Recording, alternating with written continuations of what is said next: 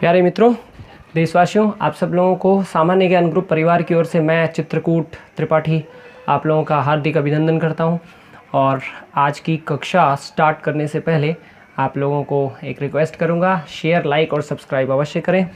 आज का जो हमारा टॉपिक है वो है उत्प्रेरक यानी कैटलिस्ट। उत्प्रेरक क्या होते हैं उत्प्रेरक? वे पदार्थ जो किसी, ये देखो, ये दो पदार्थ थे, है ना। इन दोनों पदार्थों में अभिक्रिया नहीं हो रही थी। हमने कोई पदार्थ सी इसके ऊपर डाल दिया, सी ने क्या किया कि दोनों को अभिक्रिया करा के ए बी में बदल दिया, लेकिन सी अपनी जगह रहा, सी नहीं बदला। तो हम सी को क्या कहेंगे? उत्प्रेरक। यानी उत्प्रेरक वो पदार्थ होता है जो दो पदार्थों के बीच में क्रिया करवा दे। दो पदार्थ क्रिया तो कर नहीं रहे थे, या तो उनकी क्रिया करवा दे अथवा उनकी क्रिया की जो स्पीड है उसको या तो ज़्यादा कर दे या कम कर दे, स्पीड को चेंज कर दे और खुद परिवर्तित ना रहे। हम इसको ऐसे देख सकते हैं, दो लोग आराम से जा रहे थे, उनके बीच कोई कनेक्शन नहीं था। अचानक से एक तीसरे बंदे को बर्दाश्त नहीं हुआ, उसने क्या किया कि इसको भी चुगली कर दी, उसको भी कर दी, दोनों के कान में फूंक मार दिया। दोनों लड़ने लगे कि भाई तूने मुझे क्यों कहा, तूने मुझे क्यों कहा, और दोनों के बीच में अभिक्रिया हो गई, है ना। तो वो तीसरा बंदा क्या कहलाएगा? हम उसको उत्प्रेरक बोलेंगे। यानी उत्प्रेरक वो होता है या तो क्रिया करवा दे या क्रिया, अच्छा मान लो वो लड़ाई हो रही होगी तो कोई चौथा बंदा देख रहा होगा चौथा बंदा देख रहा होगा तो चौथा बंदा क्या करेगा? चौथा बंदा आके उसको छुड़वा देगा, यानी कि वो उसका भी कोई बुरा नहीं हुआ, यानी कि वो भी अपरिवर्तित रहा। तो उत्प्रेरक या तो क्रिया करवा देता है अथवा क्रिया को समाप्त कर देता है, दोनों ही उत्प्रेरक होते हैं। उत्प्रेरक, कैटलिस्ट। अधिकतर कैटलिस्ट जो होते हैं वो अभिक्रिया करवाने वाले होते हैं, अभिक्रिया की दर को चेंज करवाने वाले होते हैं, अभिक्रिया की दर को परिवर्तित कराने वाले होते हैं। तो सीधी पहली डेफिनेशन यही बनी, उत्प्रेरक वह पदार्थ होता है जो अभिक्रिया की दर को चेंज कर दे, अभिक्रिया की दर को प्रभावित कर दे और स्वयं अपरिवर्तित रहे। ये इसका शानदार डेफिनेशन बनता है और ये आप सब लोगों को याद होना चाहिए, ठीक है। अच्छा, उत्प्रेरक वैसे तो सामान्य रूप से, एक उदाहरण दे देता हूं मैं आपको, बहुत बढ़िया उदाहरण है। ये तेल है, तेल की क्रिया अगर हम हाइड्रोजन गैस से कराएंगे तो ऐसे फ्री में तो होने वाली नहीं है, तो इसके ऊपर निकल यानी कि निकल का जो चूर्ण होगा वो डाल देंगे, निकल का चूर्ण डाल देंगे तो ये घी में बदल जाएगा। Very simple. यानी ऑयल कार्बन कार्बन के बीच द्विबंध या कार्बन कार्बन के बीच त्रिबंध वाले को कहते हैं, यानी ये असंतृप्त वसीय अम्ल होता है। तो जब ये हाइड्रोजन इसके साथ जुड़ जाता है तो ये कार्बन कार्बन सिंगल बंध यानी कि घी में कन्वर्ट हो जाता है, वनस्पति घी में। अगर इसको हम वनस्पति ऑयल यानी कि वनस्पति ऑयल कहें तो ये वनस्पति घी हो जाता है, वनस्पति घी। तो ये निकल उत्प्रेरक की उपस्थिति में होता है। अगर निकल उत्प्रेरक को पाउडर की फॉर्म में हम नहीं लेंगे, अभिक्रिया कभी नहीं हो सकती। इसका मतलब ये निकल उत्प्रेरक की तरह कार्य किया, ठीक। ओके, उत्प्रेरक के कितने प्रकार होते हैं देखते हैं। दो आधारों पर हमने इसको आज वर्गीकृत किया है। पहला आधार कौन सा?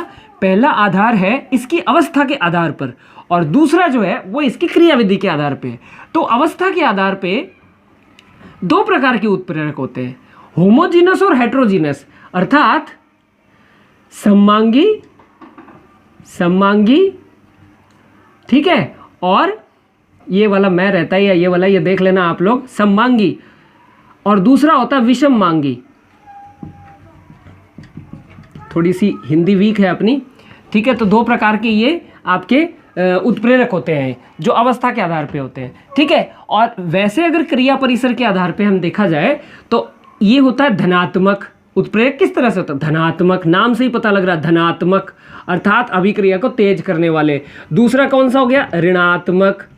ऋणात्मक अभिक्रिया को मंद करने वाले। तीसरे कौन से हो गए? स्व उत्प्रेरण। ये बड़ा अजीब सा होता है, मतलब देख रहा होता है चारों तरफ की कोई उत्प्रेरक मुझे मिल नहीं रहा होता है, तो अभिक्रिया खुद ही अपने आप उत्प्रेरित हो जाते हैं। चलो जी हम तो खुद ही कर लेते हैं, मतलब थोड़ी देर तक अभिक्रिया नहीं होगी, थोड़ी देर बाद क्या होगा? अभिक्रिया होने लग जाएगी। तो जब ऐसा हो जाता है ना कि अभिक्रिया थोड़ी देर में शुरू होती है तो हम कहते हैं वो अपने आप ही उत्प्रेरित हो गई है अपने आप ही। तो ऐसी ऐसे प्रकार की जो अभिक्रिया होती है उसको स्व उत्प्रेरण अभिक्रिया कहते हैं। और चौथा होता है जैव उत्प्रेरक। जैव उत्प्रेरक कौन से होते हैं? जैव को, इसको हम लोग एंजाइम भी बोलते हैं, क्योंकि जो जैव उत्प्रेरक होता है ना वो जीवों के शरीर में होता है, ये ध्यान रखना। तो ये अभिक्रिया को हमने दो भागों में बांट दिया। मैं आपको आज इन सबके एक एक उदाहरण के साथ समझाऊंगा, तो कहीं मत जाइए, बने रहिए। स्टार्ट करते हैं। सममांगी अर्थात अभिक्रिया जिस अवस्था में हो उत्प्रेरक भी उसी अवस्था में होगा। उदाहरण, सममांगी का सबसे बढ़िया उदाहरण है कि आप CH3COO, ये एसीटेट होता है और ये हो गया आपका मिथाइल। मिथाइल एसीटेट की क्रिया अगर हम पानी से करा देते हैं तो ऐसे तो क्रिया होगी नहीं, तो हमें यहां पर लेना होगा HCl एक्वस रूप में AQ, अर्थात पानी मिला हुआ। तो भाई ये भी लिक्विड है, ये भी लिक्विड है, और इनसे जो बना हुआ पदार्थ है, मैं ये मिटा दूं, मेरे ख्याल से आप लोगों ने इसका स्क्रीनशॉट ले लिया होगा, नहीं तो अब लाइव क्लास समाप्त होने के बाद ले लीजिएगा दोबारा से चला के, कोई इशू नहीं है। HCl liquid. अच्छा, उसके बाद सुनना ध्यान से जरा, क्या होता है ये बीच में से ब्रेक हो जाता है, और आप सब लोग जानते हैं भाई एथिल एसीटेट है यानी एस्टर है, ये किस में टूटेगा, एसिड में और अल्कोहल में टूट जाएगा, तो तोड़ देते हैं भैया, ये तो बन गया एसिड यानी CH3COOH, ये भी लिक्विड है, वेरी गुड। और अंत में क्या बना, हाँ CH3OH, ये भी आपको पता है जहरीली शराब होती है, इसको मिथाइल अल्कोहल कहते हैं, ये भी लिक्विड है। अब आप समझिए ना ध्यान से, ये भी लिक्विड, ये भी लिक्विड, ये भी लिक्विड, ये भी लिक्विड, सारे के सारे लिक्विड हैं, और ये भाई भी लिक्विड है। अर्थात जिस अवस्था में क्रियाकारक और क्रियाफल है उसी अवस्था में उत्प्रेरक भी है। जब ऐसा होता है तो उस प्रकार के उत्प्रेरक को हम लोग कहते हैं धनात्मक उत्प्रेरक। ठीक उसी तरह से ऋणात्मक का ऊपर आपको उदाहरण दे ही रखा है, ऋणात्मक वाले का। ये चूर्ण होता है निकल का, निकल का चूर्ण सॉलिड होता है, जबकि वनस्पति ऑयल लिक्विड होता है, और ये भाई तो गैस होता है, और ये भाई जो है सॉलिड और लिक्विड, सेमी सॉलिड हम कह सकते हैं होता है। मतलब इसमें तो हिसाब ही नहीं समझ में आ रहा, गैस लिक्विड और सॉलिड तीनों अवस्थाएं प्रकट हो गई, और ये भाई साहब भी सॉलिड में।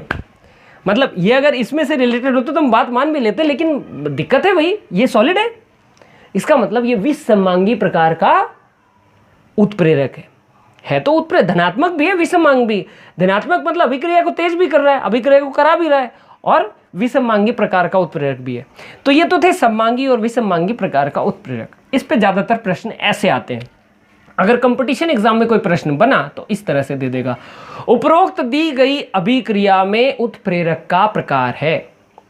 पहला ऑप्शन धनात्मक, दूसरा ऑप्शन धनात्मक तथा विसमांगी, तीसरा ऑप्शन ऋणात्मक तथा विसमांगी, और चौथा ऑप्शन धनात्मक तथा सममांगी।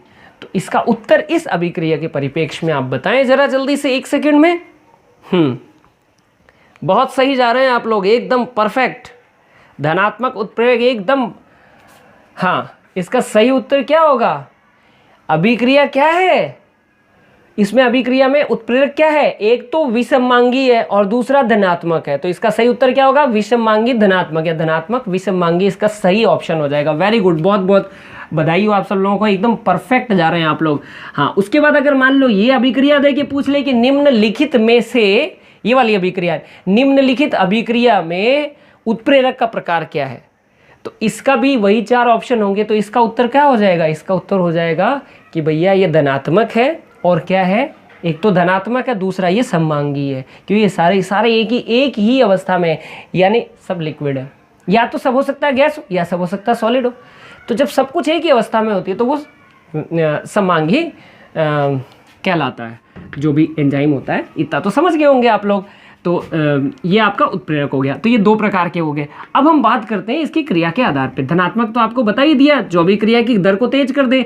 ऋणात्मक भी आपको बता ही दिया, जो नहीं ऋणात्मक नहीं बताया, सॉरी, ऋणात्मक की जो अभिक्रिया है ना, ऋणात्मक की अभिक्रिया आप देख लीजिए, हाँ ये वाली, ये ऋणात्मक उत्प्रेरक का उदाहरण है। हम मान लेते हैं हाइड्रोजन परऑक्साइड। हाइड्रोजन परऑक्साइड अपने आप ही टूट जाती है, किस में टूट जाती है, पानी में, H2O में और ऑक्सीजन में। कई बार क्या होता है, ये जो अभिक्रिया होती है ना, इस अभिक्रिया की सबसे बड़ी खासियत क्या होती है, अच्छा बैलेंस वैसे आप कर लेना अगर आपको करना हो तो, मैंने पिछली अपनी क्लास में बैलेंस करना बताया था, फिर भी एक बार बता देता हूँ, बड़ा मज़ा आएगा पुराने वाले स्टाइल में। H कितने हैं, 2, यहाँ भी 2 है, ऑक्सीजन कितना है, 2, हमें यहाँ 2 करना है, इसमें से एक तो ये रहा। अब इसको 1 करना है तो आधे से गुणा करना पड़ेगा, लेकिन हम जानते हैं कि इसमें आधा होता नहीं, संपूर्ण अभिक्रिया को 2 से गुणा कर देंगे तो ये 2 हो जाएगा, ये भी 2 हो जाएगा और ये 1 हो जाएगा। देखिए एकदम बैलेंस समीकरण है। ये वाला शॉर्टकट ट्रिक जो है मैंने आपको पिछली क्लास में बताया था। अगर किसी को दिक्कत हो तो अपने जो डिस्क्रिप्शन है उसके अंदर लिंक दिया हुआ है, आप लोग देख सकना। और एक और चीज़, लिंक से याद आया, आप सब लोग डिस्क्रिप्शन में जरूर जाएं। डिस्क्रिप्शन के अंदर हर एक प्रकार की टेस्ट सीरीज़ और दूसरी जितनी भी चीज़ें उन सब का डिस्क्रिप्शन में लिंक दिया हुआ है। बाकायदे सामान्य ज्ञान की जो साइट है उस पर आप हर चीज़ निःशुल्क उपलब्ध कर सकते हैं और अपने वर्ड लेवल पे और इस कोरोना काल में बढ़िया से आप स्टडी कर सकते हैं, ताकि जब भी ये खुले कोरोना काल, जब भी ये जाए, उसके बाद आप लोग एकदम एक पेड़ की तरह से बाहर निकलें और सबको बता दें कि हमने भाई घर पे रह के तैयारी की है बढ़िया से। ये था। अब देखिए क्या है इसमें, क्या अगर हम ग्लिसरॉल डाल दें ना, ग्लिसरॉल अगर हम ग्लिसरॉल डाल दें तो अभिक्रिया मंद पड़ जाती है और अभिक्रिया लगभग मंद पड़ जाती है और ये प्रोडक्ट नहीं बन पाता है। अब आप क्या करोगे, अभिक्रिया एक तो पहले ही नहीं हो रही थी, आराम से हो रही थी, हमने इसमें एक टपका दिया पदार्थ और ये अभिक्रिया होना बंद हो गई। तो इस तरह से हम इसको क्या बोलेंगे, ग्लिसरॉल को। ये ग्लिसरॉल ऋणात्मक उत्प्रेरक है, ऋणात्मक उत्प्रेरक। बहुत बार परीक्षा में पूछा गया है, 10वीं क्लास की परीक्षा में भी पूछा गया और ये अक्सर आ जाता है कि भाई ऋणात्मक उत्प्रेरक का उदाहरण दीजिए, कि भाई ऋणात्मक उत्प्रेरक कौन सा होता है। ये रहा आपके सामने ऋणात्मक उत्प्रेरक, और ऋणात्मक उत्प्रेरण कौन सी हुई, तो ये अभिक्रिया है। अगर इस तरह से कोई अभिक्रिया आ जाए, इसकी पहचान क्या होती है, मैं ये पहचान और बता देता हूं। पहचान ये होती है, एक लिक्विड एक गैस, अधिकतर क्या होता है ना ये, जबकि ये हाइड्रोजन पेरोक्साइड लिक्विड है, आप देखिए लिक्विड के अंदर से गैस बाहर निकल रही है। इसका मतलब ये लिक्विड पूर्ण रूप से हाईली स्टेबल नहीं है, थोड़ा बहुत लफड़ा है। इसका मतलब ये ऑटोमेटिक अपघटित होकर इसमें से गैस बाहर निकल रही है। तो जब भी इसमें से गैस बाहर निकलती तो इसको रोकने के लिए कि भाई गैस बाहर ना निकले, क्योंकि पानी और ऑक्सीजन गैस का हमें क्या यूज़ है, जबकि हाइड्रोजन पेरोक्साइड तो एंटीसेप्टिक की तरह यूज़ होती है, पैर वैर के नाखून वगैरह साफ किए जाते हैं। तो क्या होता है कि ये जो ग्लिसरॉल होता है ये हाइड्रोजन पेरोक्साइड को जल में और ऑक्सीजन में टूटने से रोकता है। तो इस तरह से ये अभिक्रिया आप आराम से याद कर सकते हैं। तो ये तो थी ऋणात्मक अभिक्रिया। अब बात करते हैं स्व उत्प्रेरक अभिक्रिया की। किसकी, स्व उत्प्रेरक अभिक्रिया की, कि स्व उत्प्रेरक अभिक्रिया क्या होती है। तो मैंने आपको अभी एक मिथाइल एसीटेट के बारे में बताया था। मिथाइल एसीटेट, अगर हम मिथाइल एसीटेट की जगह इथाइल एसीटेट ले लेते हैं तो अभिक्रिया में आपको कुछ भी नहीं डालना पड़ेगा, ना ही कोई एंजाइम, ना अपने आप ही थोड़ी देर तक मूड करेगा उसका, थोड़ी देर तक आराम से अभिक्रिया नहीं होगी, उसके बाद अचानक से अभिक्रिया जाग जाएगी और जागने के बाद में क्या हो जाएगा, वो अभिक्रिया हो जाएगी। उदाहरण के तौर पर जो स्व उत्प्रेरण होता है, स्व उत्प्रेरण का उदाहरण दीजिए। देखिए उदाहरण ध्यान से देखिए, ये हो गया आपका एसीटेट CH3COO और इसके साथ में हम इथाइल लगा देते हैं C2H5 और इस अभिक्रिया को करते हैं। आप सब लोग देखिए अभिक्रिया जैसे ही, पहले तो अभिक्रिया शांत है, आराम से शांति से एकदम शांति से देख रही होती है अभिक्रिया कि बस मैं हो जाऊं। और जब इसके साथ जैसे ही हम पानी डाल देते हैं हल्का सा, जैसे ही हमने इसके साथ वाटर ऐड कर दिया, पानी डाल दिया, पानी डालने के बाद में क्या होता है, ये अभिक्रिया जाग जाती है। हाँ, अब मैं ये अभिक्रिया हो रहा हूँ, तो ये अभिक्रिया होना स्टार्ट होती है। और जब अभिक्रिया होना स्टार्ट होती है तो अंत में होता है CH3COOH और साथ में क्या बन जाता है, हाँ, साथ में बन जाता है C2H5OH, यानी कि इथाइल अल्कोहल, जो पीने वाली शराब का कंपोनेंट होता है। तो ये अभिक्रिया में आप देखो ऊपर नीचे कोई भी मतलब उत्प्रेरक नहीं। और इस तरह की अभिक्रिया कंपटीशन एग्जाम में जरूर पूछ सकते हैं, क्योंकि कंपटीशन एग्जाम में वो छोटी छोटी बातों का विशेष ध्यान रखवाता है। जैसे एक इस पे से एक प्रश्न बनाते हैं हम लोग कि निम्नलिखित लाल वाली अभिक्रिया, लाल वाली अभिक्रिया जो हमें दिख रही है, निम्नलिखित लाल वाली अभिक्रिया के अंदर किस प्रकार की अभिक्रिया है। अब उसने आपको एंजाइम नहीं दिया और उसने ऑप्शन में डाल दिया धनात्मक उत्प्रेरक अभिक्रिया, बी ऑप्शन ऋणात्मक उत्प्रेरित अभिक्रिया, सी ऑप्शन स्व उत्प्रेरक अभिक्रिया और डी ऑप्शन उपरोक्त में से कोई नहीं। आप सब लोग जानते हैं साफ साफ, ना तो ऊपर कोई उत्प्रेरक दिख रहा है ना नीचे कोई उत्प्रेरक दिख रहा है, इसका मतलब उत्प्रेरण है ही नहीं। उत्प्रेरण नहीं है तो फिर अपने आप ही हुई है ना। तो इसका उत्तर क्या हो जाएगा, स्व उत्प्रेरित अभिक्रिया। ये इसका शानदार आंसर हो जाएगा। आप सब लोग आराम से देख रहे होंगे, मेरे को ऐसा पूरा विश्वास है। लास्ट वाला पॉइंट रह गया है, वो है बायो उत्प्रेरण, यानी कि जैव उत्प्रेरण या जैव उत्प्रेरक। ये मैं मिटा देता हूं, जैव उत्प्रेरक। जैव का मतलब जीव जंतुओं में जो उत्प्रेरक, क्योंकि जीव जंतु आप देखो खाना खा लेते हो, हम भी खाना खा लेते हैं, खाना खाने के बाद उसकी फॉर्म ही चेंज हो जाती है, आप सब लोग जानते हैं, किसी और फॉर्म में बाहर, है ना। अब वो खाना उस फॉर्म में कैसे बना, कुछ तो था बॉडी में जिसने उसको तोड़ने में मदद की। हमारे शरीर में दुनिया भर के बैक्टीरिया घुसते हैं, वो कहाँ कहाँ से एंटीबायोटिक बनते हैं, ये सब तोड़ने जोड़ने, है ना, इधर उधर करने का काम जैव उत्प्रेरक करते हैं, जिसको प्यार से हम लोग बोलते हैं एंजाइम, अर्थात हिंदी में बोलते हैं विकर। ठीक, तो जैव उत्प्रेरक, तो जैव उत्प्रेरक के कुछ गुण होते हैं भाई, ध्यान रखना। जैव उत्प्रेरक, एक तो जैव उत्प्रेरक प्रोटीन के बने होते हैं, प्रोटीन के, है ना, समझना, या तो पूरे के पूरे प्रोटीन के होते हैं, अथवा इनके साथ कोई कॉन्जुगेटेड पदार्थ, कोफैक्टर या कोई प्रोस्थेटिक ग्रुप जुड़ा होता है, खैर जो भी जुड़ा हो, इसको हम लोग कहते हैं जैव। ये 35 डिग्री सेल्सियस तापमान से लगभग 38 डिग्री सेल्सियस तापमान पे बढ़िया वर्क करते हैं। यही रीजन है कि जितने भी जीव जंतुओं के शरीर का तापमान होता है वो 35 डिग्री से 38 डिग्री के आसपास ही होता है। जो जीव जंतु आसपास इसी माहौल में रहते हैं। और देखो पृथ्वी का तापमान, है ना, हमारा तापमान ज़्यादा से ज़्यादा 40-45 के आसपास ही होता है, बहुत ज़्यादा नहीं बढ़ता है। तो पृथ्वी एकदम सूरज से एकदम बिल्कुल सही सिचुएशन पे है। अगर थोड़ा सा अंदर हो जाए तापमान और बढ़ जाएगा, थोड़ा इधर हो जाए तापमान और कम हो जाएगा, तो बिल्कुल सही जगह है। भगवान ने क्या करिश्मा बनाया, मतलब क्या सही पोजीशन है, मतलब हमारा जो तापमान है वो इतना ही बना रहता है। ठीक है, तो अगर इस पर प्रश्न आता है तो प्रश्न इस तरह से देंगे कि निम्नलिखित या ऐसे दे सकते हैं प्रश्न कि हमारे शरीर का तापमान लगभग 37 डिग्री, लगभग सभी जीवों के शरीर का तापमान 35 डिग्री से 38 डिग्री के तापमान के आसपास ही क्यों रहता है, सभी जीवों का लगभग इतना ही क्यों रहता है। तो इसके 4 ऑप्शन आपके पास दे देंगे, क्योंकि सभी जीव इसी तापमान पे बढ़िया कार्य करते हैं। दूसरा, जो होम्योस्टेसिस की क्रिया है वो इसी तापमान पे बढ़िया होती है। और तीसरा, एंजाइमों के तोड़ने और जोड़ने की प्रक्रिया इसी तापमान पर बढ़िया होती है। और चौथा, उपरोक्त में से कोई नहीं। आप सब लोग इसका आंसर जानते हैं, 5 सेकंड के अंदर इसका आंसर दीजिए।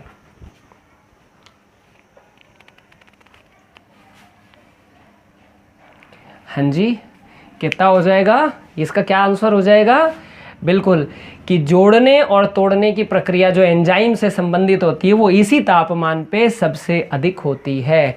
इसीलिए जीवों का तापमान इतना ही मेंटेन रहता है, लगभग इसी की रेंज में मेंटेन रहता है। हमारा शरीर का कितना है, 37 डिग्री सेल्सियस, है ना, तो इसी के बीच में मेंटेन रहता है। तो ये तो था जैविक उत्प्रेरक के बारे में। और कुछ जानकारी भी मैं आपको दे दूँ, कुछ उदाहरण दे देता हूँ, है ना। जैसे प्रोटीन है,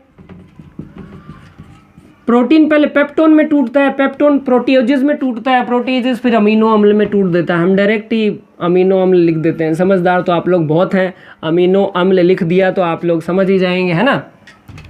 ये प्रक्रिया ऐसे नहीं होती, ये प्रक्रिया एक एंजाइम के तहत होती है जिसको हम लोग बोलते हैं रेनिन, है ना। छोटे बच्चों में पाया जाता है या बड़ों में पाया जाता है, एक एंजाइम नाम है पेप्सिन। या एक और एंजाइम होता है ट्रिप्सिन, जो हाथ में पाया जाता है, ट्रिप्सिन। ये सारे के सारे जैव उत्प्रेरक हैं, ये जीवों के शरीर में होते हैं और ये प्रोटीन के बने होते हैं खुद भी। और ये प्रोटीन क्या, बहुत सी वसा मान लीजिए, वसा किस में होता है, वसा चूंकि लिपिड होता है, लिपिड के 2 भाग होते हैं, मैं आपको बता दूं, लिपिड के 2 भाग होते हैं, एक होता है तेल और एक होता है घी। एक तेल हो गया और एक घी हो गया, है ना। आप सब लोगों को पता है, बताने की आवश्यकता है नहीं। तो लिपिड यानी वसा पे क्रिया करता है वसीय अम्ल में कन्वर्ट करने के लिए। तो जो वसा पे क्रिया करता है उसको हम लोग बोलते हैं, लिपिड शब्द से बना लाइपेज, है ना। ये जो एज शब्द है ना, ये आजकल जो एंजाइमों के पीछे प्रत्यय के रूप में लगा दिया जाता है, भाई ध्यान रखना। जैसे ग्लूकोज पे काम करने वाला ग्लूकेज, माल्टोज पे काम करने वाला माल्टेज, शुक्रोज पे काम करने वाला शुक्रेज, है ना, इन्वर्शन करने वाला इन्वर्टेज। जैसे हमारी लार में पाए जाने वाला सेल्यूरी एमाइलेज, या अकेले कुछ लोग इसको एमाइलेज कहते हैं, पुराना नाम इसका टाइलिन है ना, लेकिन आज की डेट में इसको एमाइलेज कहते हैं। तो ये 2, 4, 5, 7 नाम ही हैं जो पुराने, इसके अलावा जो भी नए हैं उसके नाम वैसे ही लगेंगे। जो कैटलेज, हैं, इस तरह से जो काम करते हैं सभी, जैसे कुछ ऑक्सीडेशन में काम करते हैं। तो ये सारे के सारे एंजाइम है। उम्मीद करता हूं आज की जो क्लास है एंजाइम से संबंधित ये आपको अच्छे से समझ में आ गई होगी। अगर ये अच्छे से समझ में आ गई है तो वीडियो को लाइक, शेयर और सब्सक्राइब जरूर करें तथा देश के कोने कोने में पहुंचाएं, ताकि छोटे से पॉइंट में आप बिल्कुल सही चीज आराम से कर सकें। धन्यवाद। आप सब लोगों को प्यार भरा नमस्कार। आपका जीवन सुख में बने। नमस्कार। जय हिंद।